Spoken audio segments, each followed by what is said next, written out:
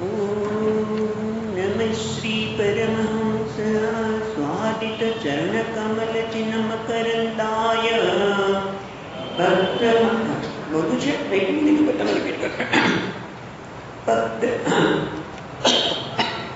सर्वत्र चाहिए।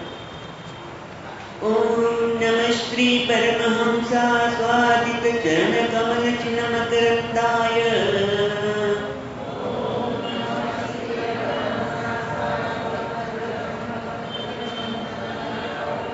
भक्तजनमानसनिवासाय श्रीरामचन्द्राय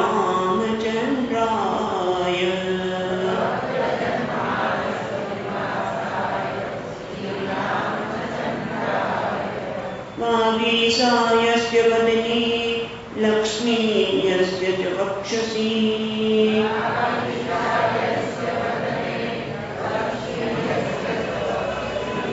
यस्यास्ते हृदये संवित् तं नृसिंहमहं भजे। संवित् तं नृसिंहमहं भजे।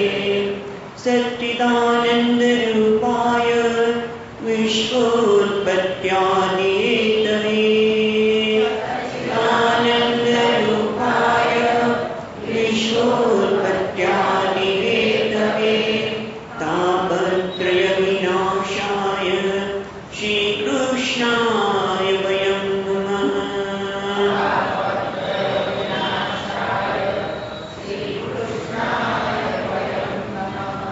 नारायणं नमस्कृत्यं नरं चैव नरोत्तमं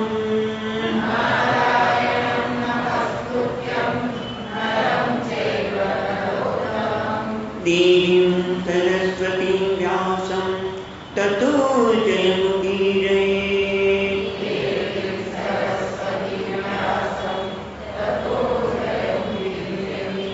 श्रीकृष्णाय वासुदेवाय हरये परमात्मने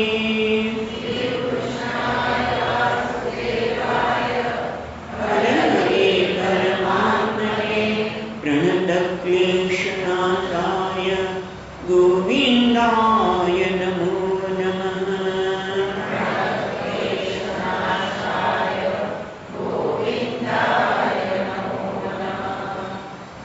यं प्रवचन्तमनुपेत्य अपेतकृत्यं यं प्रवचन्तमनुपेत्य अपेतकृत्यं वैपायनो विहरकातर आजुहाव वैपायनो विहरकातर आजुहाव पुत्रेति तन्मयतया तरवोगिनेन्दुः पुत्रेति तन्मयतया तरवोगिनेन्दुः तं सर्वभूतहृदयं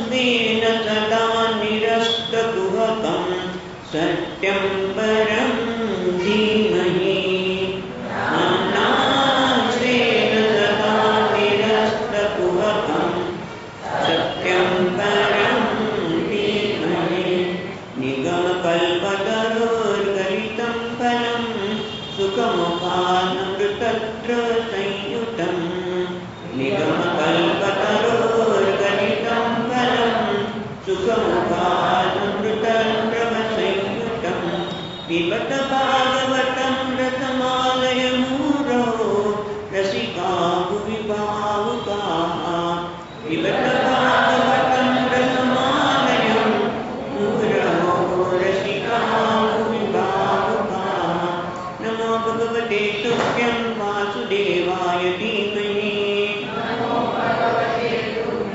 वासुदेवाय धीमहि प्रद्युम्नाय निरुद्धाय नमः शङ्कर्षणाय च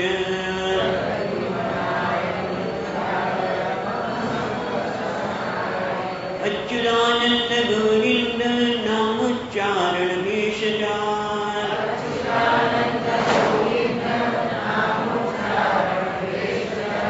नश्यन्ति सकला रोगाः सत्यं सत्यं वदाम्यहम्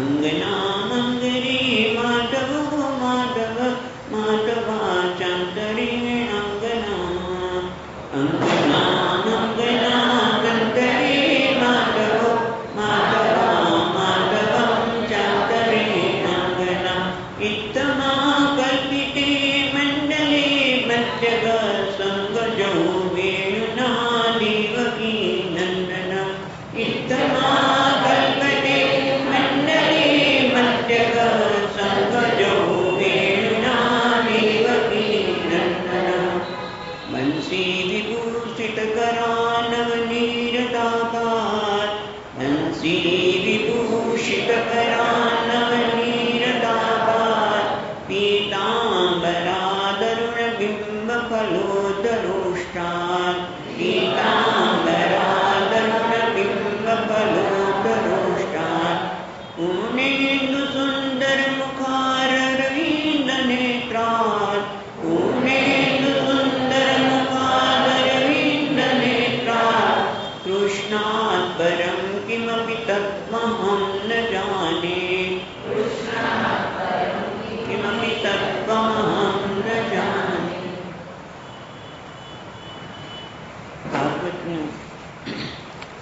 ભાગવતનું અધ્યયન શરૂ કરતા પહેલા સામાન્ય રીતે દીપ પ્રાગટ તો કરીએ છીએ, બરોબર છે, પણ મારું સ્વાધ્યાય અને પ્રવચન જે કહો એ શરૂઆત થઈ રામદાસ આશ્રમથી. એટલે પહેલાં હું રામદાસ મહારાજના શ્રી ચરણોમાં પ્રણામ કરું. એ પછી મોટીબેને કેમ બોલાય? કારણ કે એમણે જે આ પરંપરા શરૂ કરી છે. ભલે તમે લોકો ત્યાં સંસ્કાર મંડળ વિદ્યાર્થી ન આવી શકો, એટલે મોટીબેન કે કોઈ આવશે નહીં, કંઈ વાંધો નહીં, તમે મને એ બોલાવી લેજો. એટલે મોટીબેન અહીંયા બોલાવ્યા. અને બીજી વાત તો બરાબર છે, પણ જેમણે આ પરંપરા ચાલુ રાખી છે અને એ એવા સંસ્કાર આપ્યા છે તમે જુઓ કે એ પરંપરા એમના કુટુંબના દરેક સભ્યો જે આવી શકે એ આવી શકેલા. જે રાધાબેન આવી છે એટલે ખૂબ આનંદ થયો કે ચાલો એ પરંપરા જળવાઈ રહી છે. એટલે ખૂબ આનંદ છે. માં જ્યાં હોય ત્યાં એમને મારા વંદન કરું છું મોટી બેનને, એ ખૂબ ધન્યવાદ છે કે તમે ઉત્તમ કાર્ય કરીને, એટલે કે મનુષ્ય શરીર આપણું એનું ઉત્તમ કાર્ય કરીને માં ગયા અને બધાને પ્રેરણા આપીને ગયા. મોટી બેન તો માં જ પૂછે ને, મોટી બેન પ્રેરણા આપીને ગયા, એમને પણ વંદન કરું છું. અને હવે આપણે વાત કરીએ તો આ કળયુગના સુખદેવજી મહારાજ એટલે ડુંગરેજી મહારાજ, એમને પણ વંદન કરીએ. કારણ કે 8/11 જે હમણાં જ એમની બ્રહ્મલીન થયાની તારીખ કહી, એટલે એમને પણ વંદન કરીએ. અને બીજું માસાના માર્ગશીર્ષો અહમ, ભગવાન કહે છે કે માસની અંદર માર્ગશીર્ષ માસ એવું છું, અને અત્યારે એ શરૂ થયો છે. અને એમાં એવું કહેવાય છે કે માક્ષર મહિનામાં ભાગવતનું અધ્યયન થવું જોઈએ. એટલે એ રીતે પણ એવું કંઈ નિર્ણય નહોતો, ભગવાને નિર્ણય કરાયો છે. પહેલાં વિચારો તો ગીતાનું અધ્યયન કરીશું અહીં આવીને, પછી ના ગીતા તો બધાએ ખૂબ અધ્યયન કર્યું છે. તો આપણે શું કરીએ? જે ગીતામાં જે તત્વની વાત થઈ છે એવી જ વાત જો થતી હોય તો આપણે એવું કરીએ. એટલે એકાદા સ્કંદ લીધો અને આખો તો સ્કંદ પૂરો કરવાનું શક્ય જ નથી, એટલે આપણે 13મો અધ્યાય લીધો. એમાં એકાદા સ્કંદનો 13મો અધ્યાય લીધો. જેમ ભગવદ્ ગીતામાં આપણે સ્વાધ્યાય કરીશું એમ અહીંયા પણ દરેક શ્લોકનું અધ્યયન કરીશું. જરૂર પડશે તો અન્વય પણ આપીશું, કારણ કે થોડું અઘરું નથી, બહુ સરસ છે. પણ આપણે ભાગવતનું પાઠ કરવો એનું પુણ્ય મળે એટલે આપણે નક્કી કર્યું કે આ લઈએ. અને ભાગવત એટલે જ ભગવતા યમ પ્રોક્ત, ભગવાન વડે આ ભાગવત કહેવામાં આવ્યું છે. એમાં ભક્તોની અને ભક્તોના બધા જના હૃદયમાં બેઠેલા ભગવાન જે આત્મરૂપે રહેલા છે અને એ જ અવતાર લે છે. અને અવતાર લઈને જ્યારે વિદાય થતા ત્યારે ભગવાન અવતાર લીધું અને જે કંઈ કાર્ય કરવાનું કૃષ્ણ અવતારમાં એ પૂરું કર્યું અને હવે સ્વધામ જઈ રહ્યા છે. ત્યારે ઉદ્ધવજીને ખબર પડી. ઉદ્ધવજી કહે, ભાઈ મને તમારા સાથે લઈ જાઓ, હું તમારા વગર રહી શકીશ નહીં. કારણ કે એવું કહેવાય છે કે ઉદ્ધવજી 5 વર્ષના હતા, જ્યારે નાના હતા ત્યારે પણ ભગવાનની સ્વરૂપની પૂજા કર્યા કરે, એનું ચિંતન કરે. માં કે બેટા ચાલ હવે કલેવું કર, નાસ્તો કર. પણ એટલા નહોતા આવતા, એટલે ભગવાનના પાછા ભાઈ પણ થાય નજીકના અને મંત્રી પણ હતા. એટલે ભગવાન સતત સાથે રહ્યા હતા. અને એ જ્યારે વિદાય થવાના છે એવી ખબર પડી એટલે કે જે ભગવાન હું તમારા વગર રહી નહીં શકું, મને તમારી સાથે લઈ જાઓ. ભગવાન કહે, ભાઈ તું અહીંયા રહે, હું તને એવું જ્ઞાન આપું કે જેથી બહુ સુંદર જ્ઞાન છે. જરા વાત કરી તમે વેદાંતની વાત, વેદાંત ભણ્યા છો માટે એ ભગવાને એમને આ જ્ઞાન આપ્યું જેને ઉદ્ધવ ગીતા કહેવામાં આવે છે. એટલે એકાદશ સ્કંદની અંદર ઉદ્ધવ ગીતા પણ આવશે, આપણે જોઈશું. પણ હવે આપણે જે વાત કરતા હતા એ કે ભગવાને ઉદ્ધવજીને એવું જ્ઞાન આપ્યું કે જેથી ભગવાન કહે છે, હા ભગવાન તમારે જાઓ તો જાઓ, મને કોઈ શોખ નથી. એની પણ વાત હમણાં આપણે કરીશું પહેલાં. પણ પહેલાં એ જોઈએ કે આ ભાગવત એટલે શું છે? તો ભગવાનની વાંગમય મૂર્તિ પ્રત્યક્ષમ હતું. ભગવાન પોતે સ્વધામમાં ગયા પણ પોતાનું એક સ્વરૂપ એટલે આ ભાગવત. ભાગવતના જે શબ્દો અને વાક્ય બધું એક શબ્દમાં પરમાત્માની સ્થાન છે. એટલે આ ભાગવતનું આપણે અધ્યયન કરવાનો વિચાર કર્યો.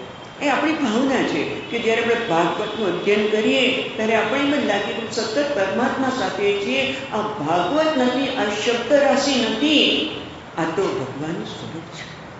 અને એટલા માટે પણ કહેવાય છે કે 18 પુરાણી રચયિતા વ્યાસ મુનિ, બ્રહ્મસૂત્રની પણ રચના કરી વ્યાસ મુનિએ, મહાભારતની પણ રચના કરી. પણ છતાં વ્યાસજીને શાંતિ નથી, કંઈક અજંપો લાગે, કંઈક તૂટે છે એવું લાગે છે, કૃતકૃત્ય થયા હોય એવું લાગતું નથી. અને આમ સરસ્વતી નદીના કિનારે બેઠા છે ત્યારે નારદજી આવે છે અને કહે છે, વ્યાસજી તમે આટલા કેમ અશાંત લાગો છો? તમે તો કેટલા બધા પુરાણની રચના કરી, ભાગવત આપણે મહાભારતની રચના કરી, તો તમને કેમ આવું થાય? કે કંઈક ખબર નહીં. તો હવે એક કામ કરો, હવે ભગવાનના ગુણગાન ગાઓ. ભાગવતમાં ભગવાનના ગુણગાન છે, ભગવાનના ભક્તોના છે, ચરિત્રો છે, જે આપણામાં પણ ચરિત્ર નિર્માણ કરે છે. એટલું જ નહીં, ભાગવત આપણે વ્યવહારિક જ્ઞાન પણ આપે છે. અને છેવટે આમ તો 1 થી 10 સ્કંદમાં ઘણી બધી જગ્યાએ વેદાંતનું જે તાત્પર્ય છે, કયું છે વેદાંતનું તાત્પર્ય? તત્વમસી. છેવટે તો એ જ કેવું છે ને, તે છે. એની વાત ઘણી બધી જગ્યાએ થઈ છે, દ્રષ્ટાંત પણ આપ્યા છે. પણ બહુ સ્પષ્ટ વાત આપણને એકાદશ સ્કંદમાં કરી છે. એટલે ભાગવત એટલે ભગવાનના ગુણોનું, એની લીલાની વાત તો છે જ, સાથે ભક્તોની પણ વાત છે. ભક્તોના દ્વારા આપણામાં કેવું ચરિત્ર નિર્માણ કરવું એની પણ વાત આવી જાય છે. અને છેવટે આમ જ્ઞાન, એટલા માટે મુક્તિ સ્કંદ 11મો અધ્યાય એટલે મુક્તિ સ્કંદ એ આપણે લીધું. પણ આમ આ ભાગવત છે એ સામાન્ય નથી. એવું કહેવાય છે, મહાત્મા લોકો જે છે એ ભાગવતને કલ્પવૃક્ષ કહે છે. આ ભાગવત એ સાક્ષાત કલ્પવૃક્ષ છે, જેમાં ઓમકાર એનો અંકુર છે અને ભક્તિ એ મનોરમ આલવાલ છે. એ સાક્ષાત ભગવાનના મુખારવિંદમાંથી પ્રગટ થઈ છે. એમાં 12 સ્કંદ છે. ભાગવત રૂપી કલ્પવૃક્ષનો અંકુર ઓંકાર, ભક્તિ એની આલવાલ, 12 સ્કંદરૂપી મુખ્ય ડાળીઓ અને તે 335 એના અધ્યાય રૂપી શાખાઓ છે. મુખ્ય ડાળીઓ 12 એટલે 12 સ્કંદ, 335 એની શાખા છે અને પાંદડા એટલે કે શ્લોક. કેટલા શ્લોક છે ભાગવતમાં? 18,000. એટલે 18,000 એ પાંદડા એના પાંદડા છે, શ્લોકો એના પાંદડા છે. એટલે આવું મોટું કલ્પવૃક્ષ, વિશાળ કલ્પવૃક્ષ અને પાંદડાઓથી છવાયેલું. અને એ કલ્પવૃક્ષની નીચે બેસીએ તો શું ન મળે? બધું જ મળે. શું ન મળે? બધું એટલે ધર્મ, અર્થ, કામ, છેવટે મોક્ષ પુરુષાર્થ પણ આપણો સંપન્ન થાય એવું આ કલ્પવૃક્ષ છે. અને આપણે 13મા સ્કંદમાં જઈએ એ પહેલાં આ વાત તો કરવી જ પડે. ભાગવતની મહાત્મ્ય બતાવતા તમે બધાએ સાંભળી પણ છે, પણ છતાં આપણે જોઈએ કે જ્યારે પરીક્ષિતને પેલા મુનિપુત્રએ શાપ આપ્યો કે 7 દિવસ પછી તને તક્ષક ના કરશે, કારણ કે એમને ભૂખ ને, જો કે એની પછી લાંબી વાર્તા છે કે ભૂખ અને તરસનો ખ્યાલ ન આવ્યો અને એમણે પેલા મુનિએ જવાબ ન આપ્યો એટલે મરેલો સાપ ગળામાં નાખ્યો પુત્રએ. એટલે ઓલા તો હજી સમાધિસ્થ છે પિતાજી, પણ આને શ્રાપ આપી દીધો. પિતાજી કહે છે આવું કરાય નહીં. ત્યારે સમય પુત્રએ શ્રાપ આપ્યો, પિતાજી ના પાડે છે આવું ન કરાય. પણ જે થઈ ગયું ને થઈ ગયું. પણ પરીક્ષિત રાજા બધું છોડીને પયોવ્રત લઈને એ ગંગા કિનારે આવ્યા છે. ત્યારે સામેથી સુખદેવજી આવે છે. કેટલા પુણ્યશાળી કહેવાય કે સંત સામેથી આવે છે.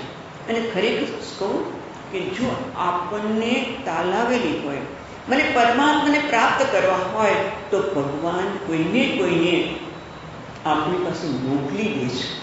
આ અનુભવ છે, એ બધાનો અનુભવ છે. એમ સુખદેવજી મહારાજ સામેથી આવે છે પરીક્ષિત પાસે. નહીં તો પરીક્ષિત એવું કહેવાય છે કે સુખદેવજી મહારાજ ગાય દોવાય ને એટલી ક્ષણ પણ એક જગ્યાએ સ્થિર થઈને રહેતા નહોતા. એ સામેથી આવે છે. અને એ ત્યારે એ આવે બધા ઋષિમુનિઓ પણ આવ્યા અને દેવતાઓ પણ આવ્યા.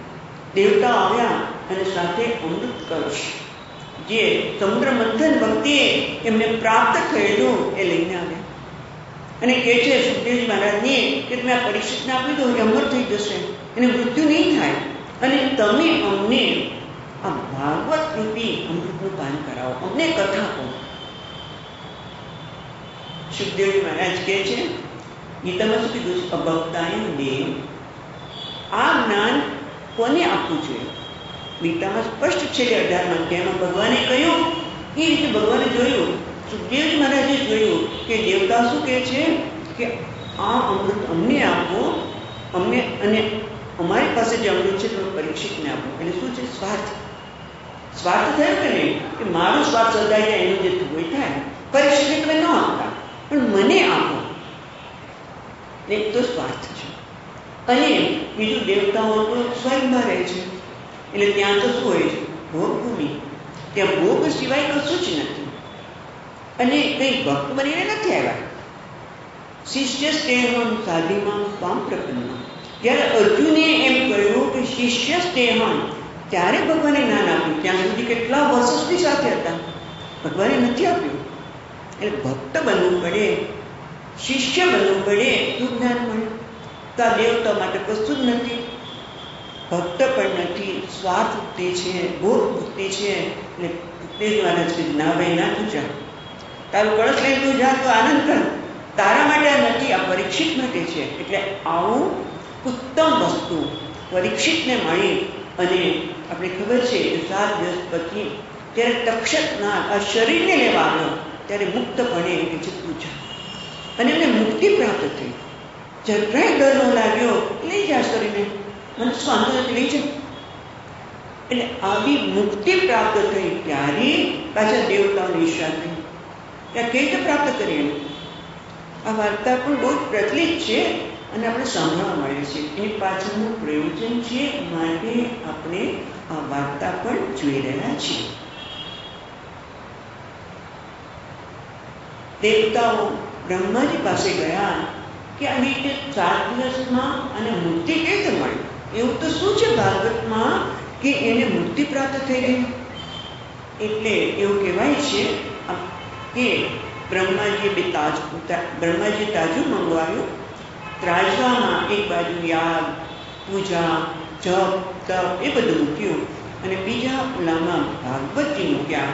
તો કે ભાગવતનું પદનું ઊંચું જ થયું નહીં, એટલે એટલું મહાન છે. એ કહેવાનું તાત્પર્ય છે કે ભાગવત કોઈ સામાન્ય વસ્તુ નથી, મહાન વસ્તુ છે. શ્રોતુ બુદ્ધિ પ્રરોચનાય. ભગવાન ભાષ્યકારે જ કહે છે કે શ્રોતાને આ વસ્તુમાં એક કહે ને સ્પષ્ટતા આવે, આપણે જે સાંભળી રહ્યા છીએ સામાન્ય વસ્તુ નથી, શ્રેષ્ઠ વસ્તુ છે. જો એવું લાગે તો જ આપણે સાંભળવાના છીએ. મને શ્રેષ્ઠ વસ્તુ મળવાની છે, આ સાંભળવાથી મને મુક્તિ પ્રાપ્ત થવાની છે. મુક્તિ કોને નથી જોતી? મર્યા પછી મુક્તિની વાત નથી. આપણા શાસ્ત્ર મર્યા પછીની મુક્તિની વાત નથી કહેતા. અહીંયા જ અત્યારે આ મુક્તિ પ્રાપ્ત થાય એની વાત કરવાના છે. એટલે જ આપણે મુક્તિ સ્કંદ લીધો છે. અને મુક્તિ એટલે શું? એમાં આપણે મુક્તિ સ્કંદ એટલે 30 અધ્યાય છે, પણ એ પેલા મુક્તિ એટલે શું? તો મુક્તિ એટલે અજ્ઞાનકૃત અધ્યાસ અન્યથા રૂપ પરિત્યાગ. જે અધ્યાસને લીધે આ બધા સંસ્કૃત મૂકી દો તો સીધી વાત કરીએ તો જે અધ્યાસના લીધે, અજ્ઞાનના લીધે હું મારા સ્વરૂપ સતત મારું સ્વરૂપ પ્રકાશી રહ્યું છે. હું રૂપે જે પ્રકાશી રહ્યું છે એ કોઈ સામાન્ય નથી. આજે હું કહું છું ને, હું છું. આ હું છું એ કોણ છે? સત અને છું. છું એટલે સત અને હું છું એવું જાણું છું. સચ્ચિત આનંદ છે. આ ક્યાંય સચ્ચિદાનંદની તો આપણે શોધ કરી. મુક્તિ એટલે શું? સચ્ચિત અને આનંદ. એને પછી આપણે બીજી રીતે જોઈશું, પણ બધા આ સચ્ચિદાનંદને જાણી રહ્યા છે. જન્મ્યા ત્યારથી આપણી દરેક પ્રવૃત્તિ આ માટે જ છે, પણ એ આપણે મળતું નથી. કારણ કે જેમ સૂર્ય પ્રકાશી રહ્યો છે પણ તેનું વાદળ આવી ગયું, એટલે સૂર્ય પ્રકાશી રહ્યું છે, વાદળ આવ્યું છે, એટલે આપણને થાય કે સૂર્ય ઢંકાઈ ગયો. પણ ઢંકાઈ ગયો છે કોને કારણે જણાય છે? એ સૂર્યના પ્રકાશથી છે, હે ને? તો એ જ રીતે આ પરમાત્મા જે મારો જ આત્મા છે એની આડે વાદળ આવી ગયું છે, અને વાદળને દૂર કરવા માટે શું જરૂર છે? વાયુની. એમ અહીંયા જ્ઞાન કે વાયુની આવશ્યકતા છે, અને એ આપણને મુક્તિ સ્કંદમાં મળશે. 11મો અધ્યાય મુક્તિ સ્કંધ એનું નામ જ એ છે. એમાં 30 સ્કંદને 30 અધ્યાય છે. એમાં 1 થી 5 માં ભગવાનની વાત છે, અને 6 થી 29 ને ઉદ્ધવ ગીતા કહેવામાં આવે છે. પહેલા અધ્યાયમાં વૈરાગ્ય કેવી રીતે પ્રાપ્ત કરવું? મહાગૃહસ્થ ભગવાન શ્રી કૃષ્ણ જેવા કોઈ ગૃહસ્થ હશે જ નહીં. કેટલી રાણીઓ, એના કેટલા છોકરા, તમે વિચાર તો બધી તમને ખબર છે. એટલે આપણે વાત નહીં કરીને છતાં એ બધું છોડી દેવા એ તૈયાર થયા. એની વાત આવશે, જરાક જોઈશું. એટલે વૈરાગની વાત કરે છે. પછી બીજાથી 5મા અધ્યાય 4 અધ્યાયમાં વસુદેવ અને દેવકી જે પોતાનો પુત્ર જ કૃષ્ણ બનતે જગતનું હોવા છતાં એ પુત્ર ભાવ હોવાથી જ્ઞાન પ્રાપ્ત ન કરી શક્યા.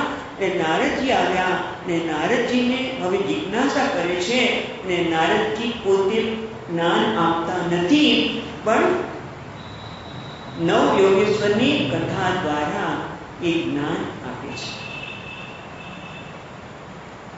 પછી 6 થી 29માં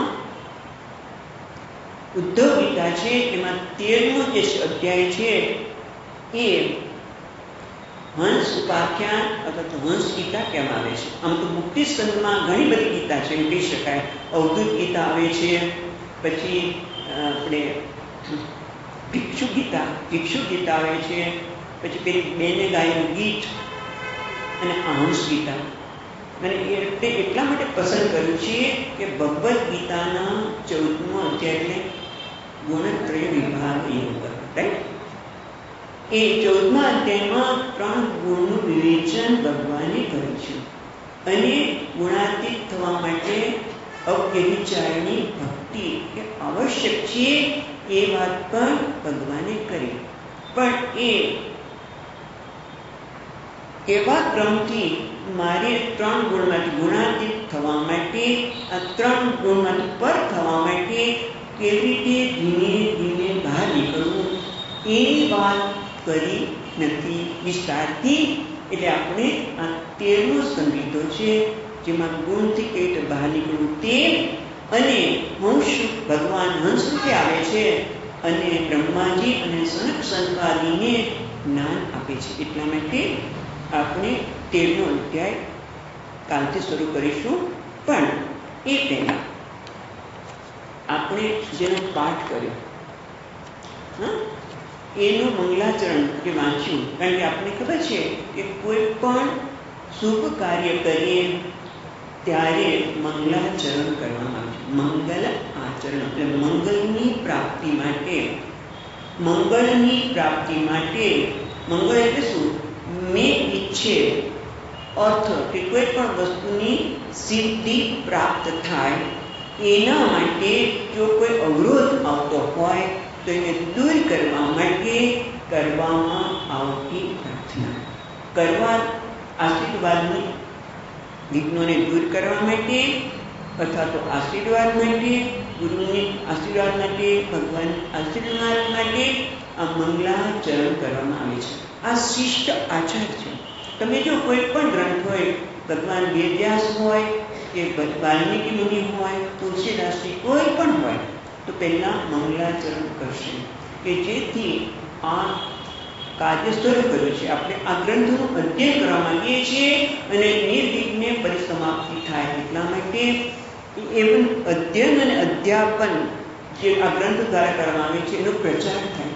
પ્રચરમ ગમિષ્યતિ. તેના કીધું પહેલા અધ્યાય ગીતાના પ્રારંભમાં ભાષ્યમાં આચાર્ય પ્રચયમ ગમિષ્યતિ ભગવાને અર્જુનને જ્ઞાન આપ્યું કે જેથી એનો પ્રચાર થાય, વિશ્વ વ્યાપ્ત થાય. પણ વ્યાપ્તિ એટલો જ એનો અર્થ નથી, વિશ્વ બંધ બને અને એથી આ પરંપરા ચાલુ રહે. ખ્યાલ આવે? પ્રચારની પાછળ હેતુ એટલું છે કે આ પરંપરા ચાલુ રાખવી.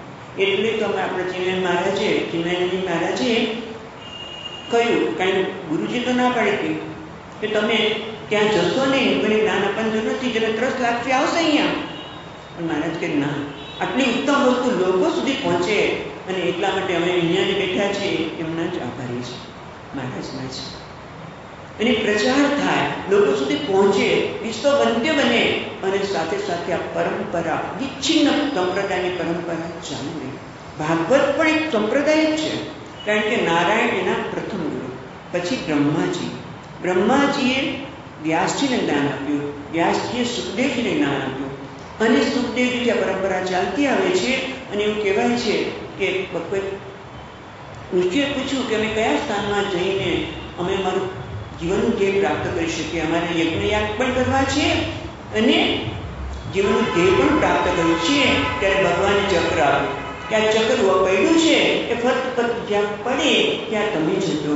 એટલે નૈમિષારણ્યમ, આ નૈમિષારણ્ય કે જે નેમી એટલે પડ્યું, જ્યાં પડે ત્યાં તમે તમારું કાર્ય કરજો. અને એ શૌનક ઋષિ એ મહાસાળ છે, મોટા મોટા યજ્ઞ કરાવી રહ્યા છે અને પછીના સમયમાં એ સત્સંગ કરે છે અને સુતજી મહારાજ શૌનક ઋષિને આનંદ આપે છે. પણ મુખ્ય આચાર્ય કોણ છે? સુખદેવજી મહારાજ અને શ્રોતા પરીક્ષિત. એના જેવું હું તો મને બહુ ગમે. પરીક્ષિત મહારાજને પણ પ્રણામ એટલા કરવા ગમે છે કારણ કે જો કઠોપનિષદમાં આવે છે ને, યમરાજા આચાર્યને ને શિષ્ય નચિકેતાને પણ પ્રણામ કરવામાં આવે છે. બંનેને ખરેખર પ્રણામ કરવા જોઈએ કે ભગવાન તું મને એવી શક્તિ આપજે કે જ્યારે હું ભાગવત કથા સાંભળતો હોય ત્યારે હું પરીક્ષિત બની જાઉં. એટલી ઘણી તો પણ ખરેખર વધારે તો ન બની શકીએ તો કાંઈ નહીં, પણ એટલી ઘણી તો બનીએ. અને બીજું સુખદેવજી મહારાજ જેવી તો કોઈ વક્તા છે જ નહીં, હમણાં આપણે જોઈશું, કારણ કે એમનો આમાં સમાવેશ થયેલો છે. હવે કાવ્યથી આપણે શ્લોક પણ તમે કાગળ આપવામાં આવશે, વાંચીશું. ભગવદ્ ગીતાની જેમ જ આપણે એનું અધ્યયન કરીશું, પણ એ પહેલાં આપણે જે વાંચ્યા એનું અર્થનું થોડું અનુસંધાન થાય એ પણ આવશ્યક છે. કે તમે જુઓ, પહેલો શ્લોક છે કે આ ભાગવત ઉપર ઘણા બધાએ ટીકા લખી છે. એમાં શ્રીધર સ્વામીની ટીકા છે અને એને સમજાવતા રુચિ કરી કે બંનેનો આધાર લઈને, તો બીજું પણ છે પણ આપણે એનો આધાર લઈને કરીએ છીએ. માટે પહેલા શ્લોકમાં શ્રીધર સ્વામીએ શું કહ્યું છે? નમઃ શ્રી પરમહંસ સ્વાદિક ચરણ કમલ ચિહ્ન મકરંદાય. હું નમસ્કાર કરું છું કોને? કે પરમહંસ એટલે કે સંન્યાસી છે, એને જે પુષ્પની પરાગર ચિહ્ન મકરંદાય, જે ચિન્મય છે, જે ચિન્મય છે, સામાન્ય નથી, જળ નથી, જે સતત પ્રકાશી રહી છે. કોણ? ભગવાનના ચરણના કમળની રજ, ભગવાનના ચરણ કમળરૂપી ચિન્મય જે રજ છે એને તેને સ્વાદ લીધું છે અને એના લીધે બીજું કશું ગમતું નથી. અને એટલું જ નહીં, ભક્તજન માનસ નિવાસાય, અને ભક્તોના ચિત્તમાં, માનસ બધાના ચિત્તમાં છે પરમાત્મા, પરંતુ ભક્તજનોના ચિત્તમાં નિવાસ કરનાર શ્રી રામચંદ્ર ભગવાનને નમસ્કાર. રામચંદ્ર ભગવાન નમસ્કાર કરવાની શું જરૂર પડી પ્રભુ? એટલા માટે કે શ્રીધર સ્વામી કહે છે કે ભગવાને અનેક અવતાર લીધા, પણ એક રામ અવતારમાં જ ભગવાને શું કર્યું? સેતુ બાંધ્યું. સેતુ શેના માટે? જેથી સરળતાથી બધા પસાર કરે. સમુદ્રને પાર કરવો હોય તો શેની જરૂર પડે? સેતુની જરૂર પડે. તો કોઈ કરી શકે જ નહીં. ત્યાં કઠોપનિષદના ભાષ્યકાર કહે છે કે કીડી પણ ત્યાંથી પસાર થઈ જાય. સમુદ્રના જળમાં કીડી તો બિચારી ડૂબી જાય, પણ સેતુ હોય તો સમુદ્રને પાર એ પણ કરી જાય. એટલે સેતુ બાંધ્યો. એમાં ભાગવત રૂપી મહાસાગર છે. કેટલા શ્લોકો છે? 18,000 શ્લોકો. આપણે તો ખાલી થોડાક જ શ્લોક જોવાના છે, 42 જ. 13મા અધ્યાયમાં 42 શ્લોક છે, પણ આટલા બધા શ્લોકને ઉપર વર્ણન કરવું એ પ્રભુ મારા માટે સરળ નથી. જો આ સેતુનું કાર્ય કરી રહ્યો છું ત્યારે હે રામચંદ્રજી, તમે મારા પર અનુગ્રહ કરો કે જેથી હું આ કાર્ય સરળતાથી કરી શકું. અને મંગલાચરણમાં પ્રાર્થના પણ છે, આ કાર્ય લીધું છે એ પરિસમાપ્ત થાય માટે તમે મને કૃપા કરો. એટલે પહેલો પ્રણામ રામચંદ્રજીને છે. હવે બીજા પ્રણામને જોતા પહેલા 5 મિનિટ રહી છે અને આપણે નક્કી કર્યું છે કે પ્રારંભમાં પણ ભગવત કીર્તન અને અંતમાં પણ ભગવત કીર્તન કરીશું. તું ત્યાં બેટા ત્યાં બોલે મેં ઉઠી દઈશ બેટા, તારો અવાજ સરસ જ છે એમ કે અમે જીવીશું. બરાબર?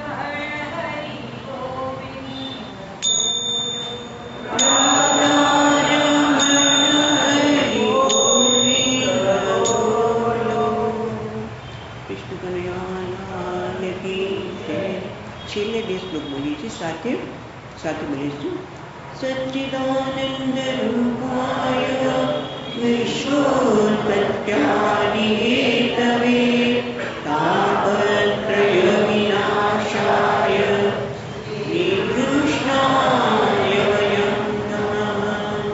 जन्माद्यस्य यतोऽन्वयादितरतः चार्थेष्वभिघ्नस्वराट् तेने ब्रह्महृदाय आदिकवये मुह्यन्ति यत्सूरयः तेजो वारिमृदां यथा विनिमयो यत्र त्रिसर्गो मृषा ताम्नां स्वेन सदा निरस्तकुहकं सत्यं परं धीमहि। ॐ शान्ति शान्ति शान्तिः। हरिः ॐ।